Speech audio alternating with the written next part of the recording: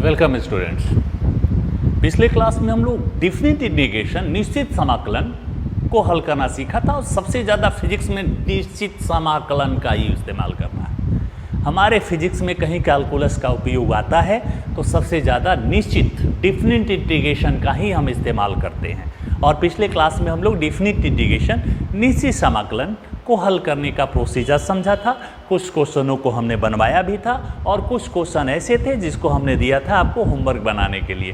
तो जो बच्चे बनाए हुए हैं अपने होमवर्क को मिलाइएगा कि गलत हुआ तो क्या गलत था और सही है तो सही। तो चलिए पहला क्वेश्चन इसको देखते हैं। पहला प्रश्न ये देखो, इसका पहले इनडिफिनिट इंटीग्रेशन कर लेना है। तो इनडिफिनिट क्या होगा, 3x स्क्वायर है तो x 3 हो जाएगा, 3 से भाग लग गया, 3 3 कट गया, तो केवल क्या बचा x3। अब डिफिनिट करना है तो क्या करना है कि इसको बड़ा कोष्ठ में घेर देना है। Lower limit 2 upper limit 4, lower limit 2 upper limit 4। अब क्या करना है, x की जगह अपर लिमिट तो 4 का क्यूब और x की जगह लोअर लिमिट माइनस में 2 का क्यूब, 64 माइनस 8 कितना हो जाएगा, 56। हो गया आंसर। दूसरे वाले में 4x क्यूब, बाबू 3 है ना तो ये 4 बटा में 4, 4 4 कट गया, x के घात 4। अब कोष्ठ लगा दो 0 से 1 तक, 0 से 1 तक। अब क्या करेंगे, लिमिट लगाने के बाद x की जगह उच्च सीमा, उच्च मतलब ऊपर वाला, x4 14 माइनस लोअर 4, एक 4 का एक होगा ना। ये देखो x के घात 5/2, 5/2 में जोड़ेंगे तो x के घात 7/2 होगा और 7/2 यहाँ हो जाएगा और लिमिट लगा देंगे 0 से 1 तक, 0 से 1 तक। इनडिफिनिट इंटीग्रेशन अनिश्चित समाकलन हो गया। अब लिमिट लगाओ, ये 2/7 बाहर आ जाएगा, 2/7 को बाहर कर दो, x के घात 7/2 0 से 1 तक। अब क्या करो, 2/7, x की जगह पर लिमिट 1 के घात 7/2 माइनस 0, 1 के घात कुछ भी रहे,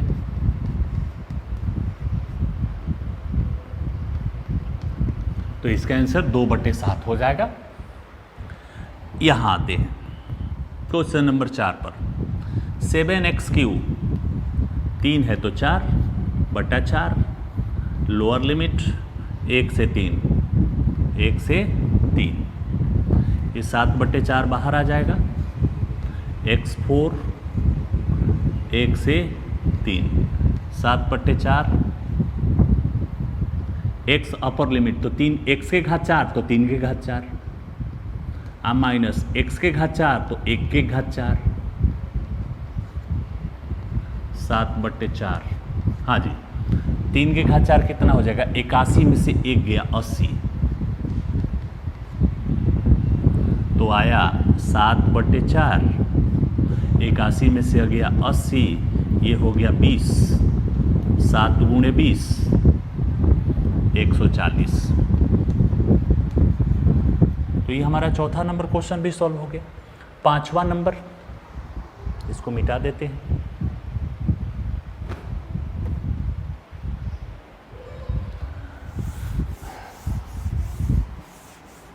पांचवा क्या है वो देख लो। 5 नंबर क्वेश्चन है कि 2 से 5 तक, 2 से 5 के बीच में 3x स्क्वायर का, चलो 3x स्क्वायर है तो x क्यू ना, बटा क्यू, 2 से 5, 3 3 कट गया, x क्यू 2 से 5। अब क्या करेंगे, x Q 5 Q, x Q 2 Q, उच्च सीमा से निम्न सीमा घटा देंगे। 5 का क्यू 125 होता है और 2 का क्यू 8 होता है, तो 117 हमारा ये जो होमवर्क था ये कंप्लीट हो गया। कुछ चले पोलिनोमियल फंक्शनों को हमने सॉल्व करना सीखना था, उनको भी हम लोग समाकलन हल करना सीख जाते हैं। इसको मिटाते हैं।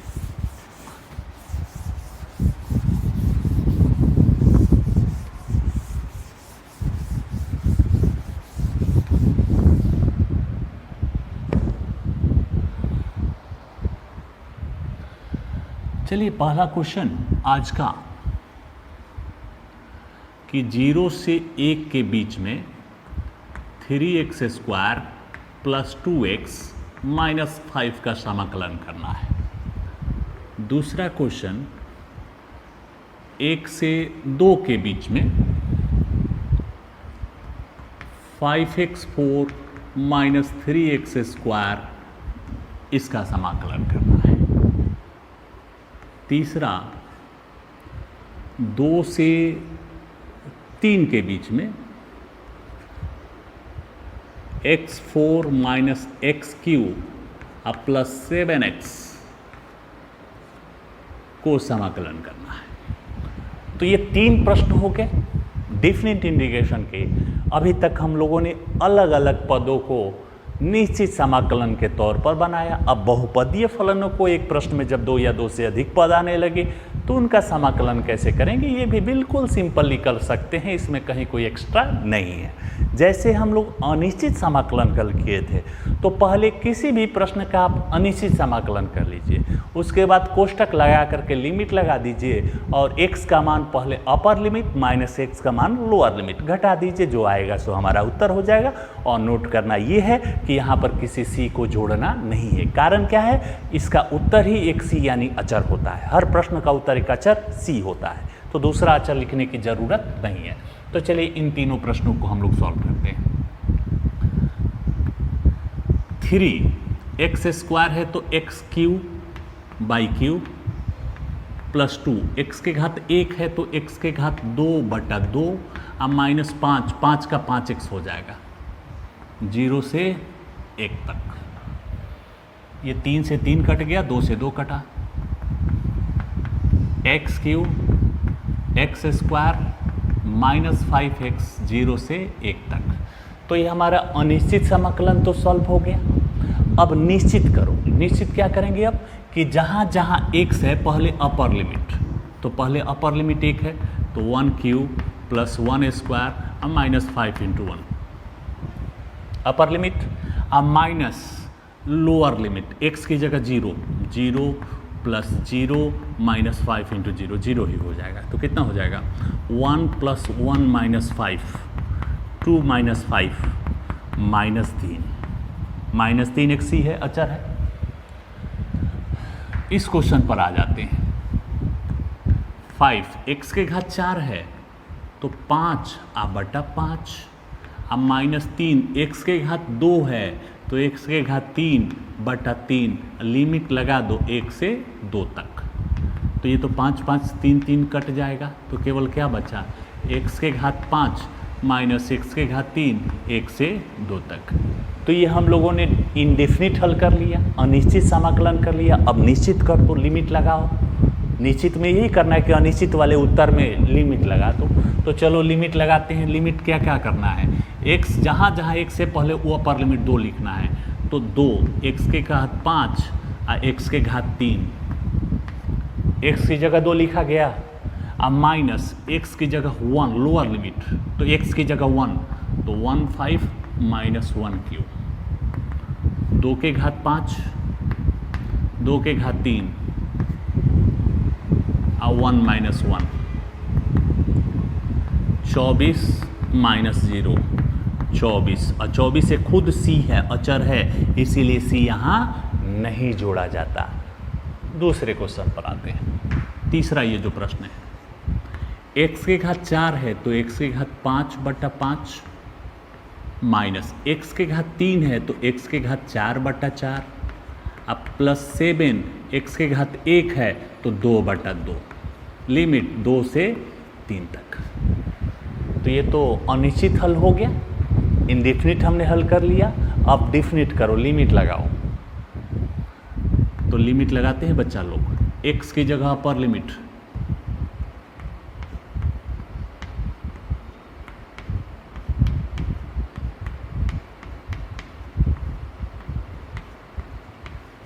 अपर लिमिट हो गया। अब माइनस एक्स की जगह लोअर लिमिट, माइनस 2 लिखना है तो 2 के घात 5/5, 2 के घात 4/4 और 7/2, 2 का स्क्वायर। चलो बच्चा लोग कितना आता है वो लिखो ऊपर वाला। ये तो 243 हो जाएगा बटा 5, ये 81/4 और 9 7 63/2।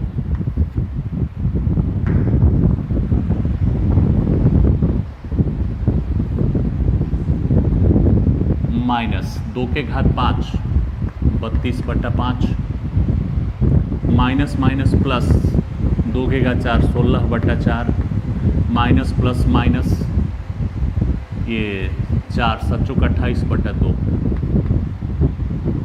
तो चलो ये देखो जी, ये देखो बटा 5 है, यहाँ 5 है, तो इन दोनों का क्या हो जाएगा, 243 से 32 घटा लीजिएगा तो 211/5 ये हो जाएगा। माइनस 81 प्लस 16 माइनस, इन दोनों को हल कर लेते हैं।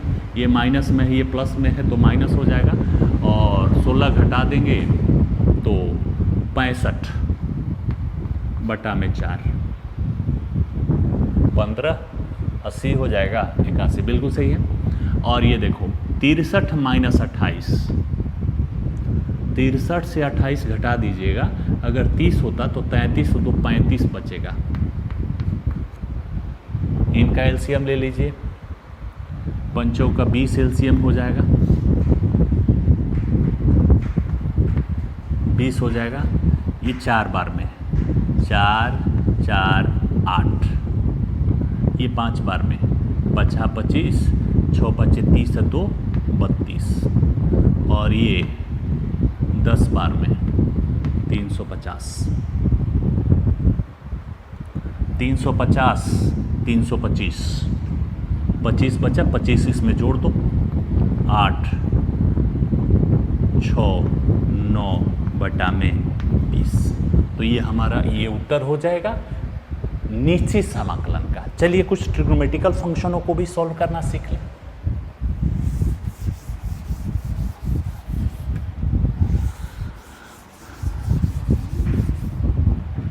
ये 3 हो गया। Question number 4, sec square x minus cos x plus 3 dx 0 से π/2 90 डिग्री तक। चलिए बच्चा लोग इसको करें। तो पहले अनिश्चित हल कर लिया जाए। सेक स्क्वायर tan x का होता है, tan x minus cos x, ये 45 डिग्री पर चलो ना π/4 पर, क्योंकि tan 90 इन्फिनिटी हो जाएगा, जोड़ घटाव में दिक्कत हो जाएगा। कॉस एक्स का साइन एक्स होता है और 3 का 3x हो जाएगा 0 से π/4 तक। इनडेफिनिट हल हो गया। डेफिनिट किया जाए तो डेफिनिट के लिए क्या करेंगे, इसको कोष्ठ में घेर करके लिमिट लगा देंगे। चलिए ये इनडेफिनिट सॉल्यूशन हो गया। डेफिनिट करना हो तो क्या करेंगे हम लोग, upper limit tan π/4 sin π/4 plus 3x π/4, अब minus lower limit tan 0 sin 0 3 × 0, tan 45 1 होता है, sin 45 1/√2 होता है, 3 π/4 हो जाता है।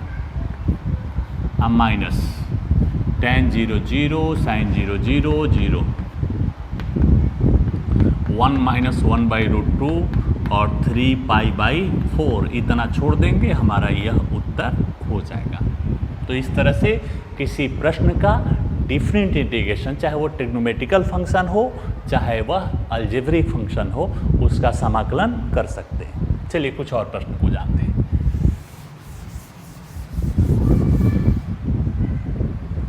5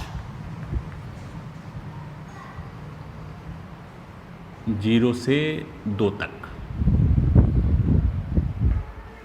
x माइनस 2 x माइनस 3 बटा में x इंटू डी एक्स।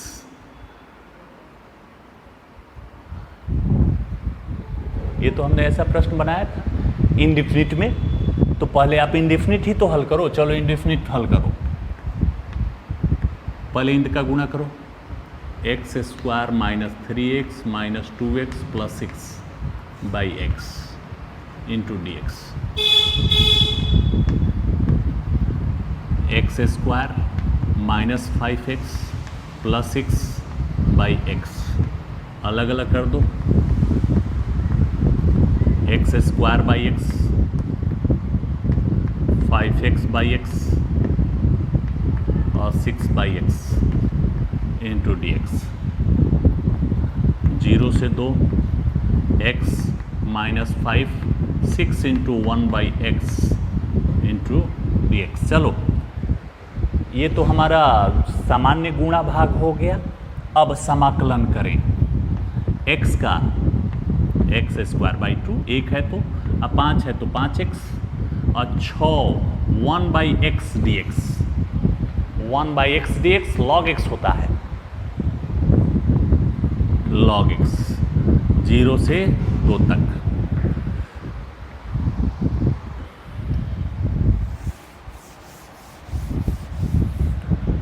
चलिए अपर लिमिट,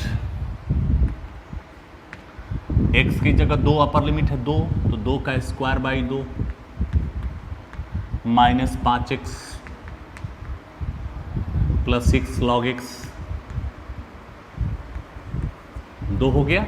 अब माइनस लोअर लिमिट 0 0 0 6 लॉग 0। चलो मान रखा जाए, 2 square by 2 2 minus 10 plus 6 log 2 minus 6 log 0। 2 minus 10 minus 8 और 6 कॉमन कर लेंगे तो log 2 minus log 0 minus 8 plus 6 log m minus log m by n होता है, माइनस 8 6 लॉग 2 बाई 0। किसी संख्या में 0 से भाग देते हैं तो वह इन्फिनिटिव होता है, और लॉग इन्फिनिटिव का कोई वैल्यू ज्ञात नहीं है कि हम यहाँ लिखें। आप अपने उत्तर को यहीं पर छोड़ सकते हैं, यहीं पर समाप्त कर सकते हैं। ये आपका सॉल्यूशन हो जाएगा, ये आपका उत्तर हो जाएगा। तो चलिए बच्चा लोग, इसी तरह से हमारे और भी बाकी के प्रश्न सॉल्व हो सकते हैं। चलो अंतिम प्रश्न एक और ले लेते हैं। अब हम उम्मीद करते हैं कि आप लोगों को किसी भी तरह का डिफरेंट इंटीग्रेशन में कोई समस्या नहीं होना चाहिए। 1 से 3 के बीच ले लेते हैं। x की घात 3 प्लस x की घात 2 minus 5x plus 7 into D x. सामान्य सरल है, तो सबसे पहले आप ये लिमिट भूल जाओ कि ये डिफिनिट है। पहले आप 1 और 3 को भूल जाओ और इसका डिफिनिट इंटीग्रेशन कर लो। चलिए डिफिनिट इंटीग्रेशन 1 3 ये लगा हुआ है, इस पर ध्यान नहीं देना है।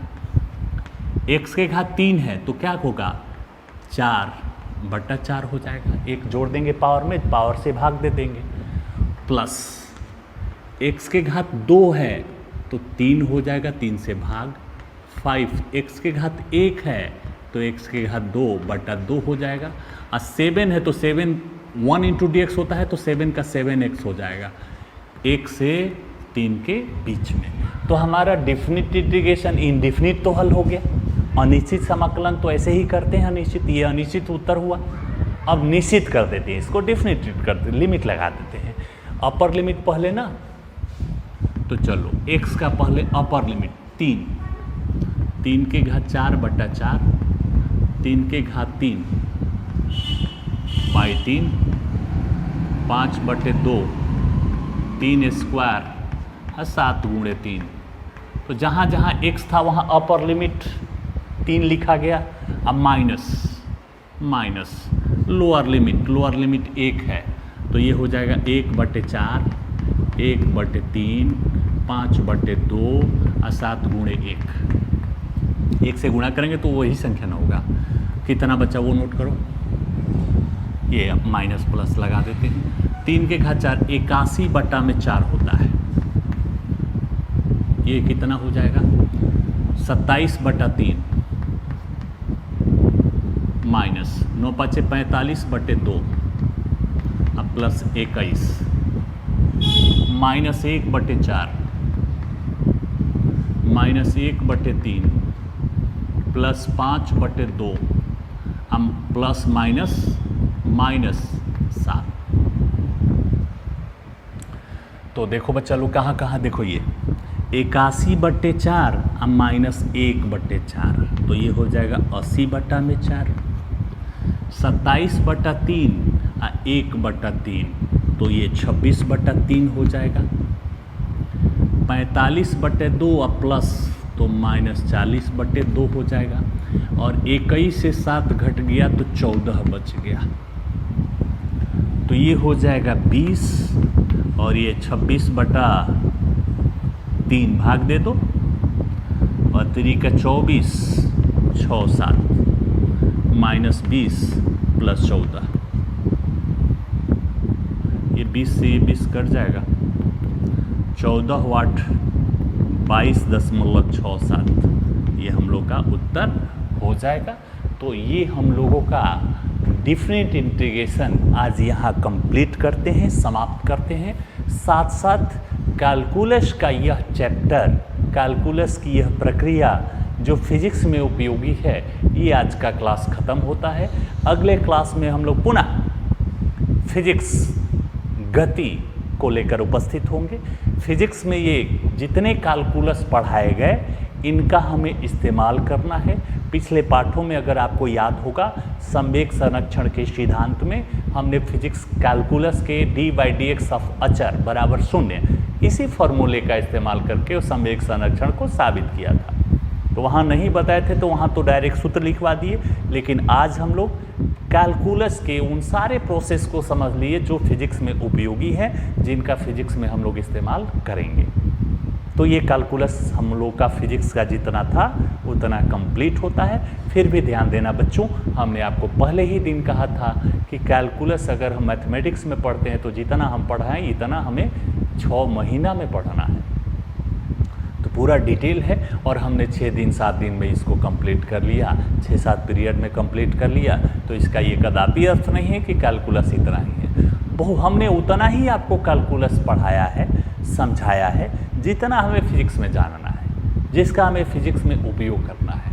बाकी चीज़ों को हमने यहाँ नहीं समझा, नहीं जाना।